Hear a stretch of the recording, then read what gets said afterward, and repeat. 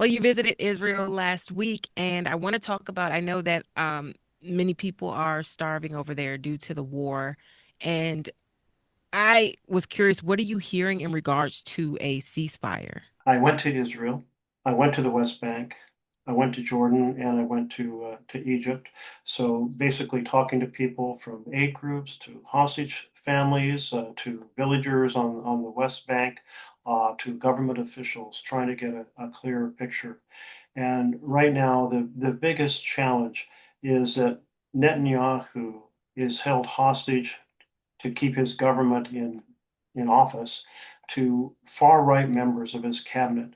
And they want to see a continuation of strategies designed to force Palestinians out of Gaza. And those strategies are starvation, deprivation of medicine and water and shelter, blowing up the houses that have been evacuated so they can't return. A combination of all of this. And the aid workers just say this is more hellacious than anything they have seen anywhere in the world. And so as long as that strategy is going forward, Netanyahu is going to keep stepping away from the ceasefire agreements. But I'm just saying it needs to be a ceasefire now. Of course, it needed to be yesterday. The hostages need to be returned now back home with their families. And certainly there has to be a mass infusion of humanitarian aid. And describe the hurdles the World Food Program is facing trying to get food there to those who need it. Yes, the inspection process by the Netanyahu government is constantly changing. The parameters for providing aid are changing. And it's just like at the port that I went to, when I met with World Food Program, they said that because of the inspection protocols, they were only able to get 20 trucks a day fully approved to go into Gaza, but they had 2,200 truckloads waiting to be moved into Gaza. And that's just the World Food Program by itself. So 2,200 truckloads of food waiting. They're not sitting on trucks, but they're in cargo containers, and they can only get the equivalent of 20 of those cargo containers into Gaza every day. Well, switching gears a little bit, the Senate has about, I believe, 13 work days remaining. Will funding for the government run out this month? Well, it all depends on whether the Republicans are pursuing a partisan continuing resolution. I don't think they'll find much support for a partisan direction. Certainly, Democrats are like, yeah, there's two parties in Congress and needs to be a bipartisan decision here, a bipartisan package. We've had bipartisan bills. We've had most of the appropriation or the suspending bills come out of the Senate side, out of committee. And so we've got a bipartisan vision ready to go. But if the Republicans want to shut down the government, that will be that's their choice. They are in power, and I think it'd be a very poor service to the American people to let for them to do that.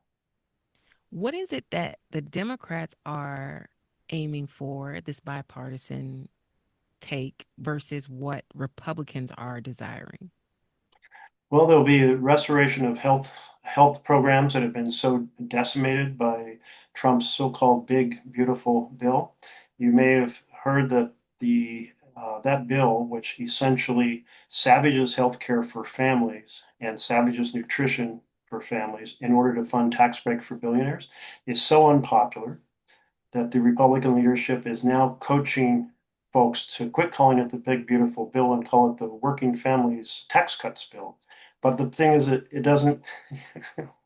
The lowest 20%, less affluent 20% in America, they get $90 a year help, and the richest 20% they get an average of $90,000. So $90 for those who need help, and $90,000 for those who are already the richest among us.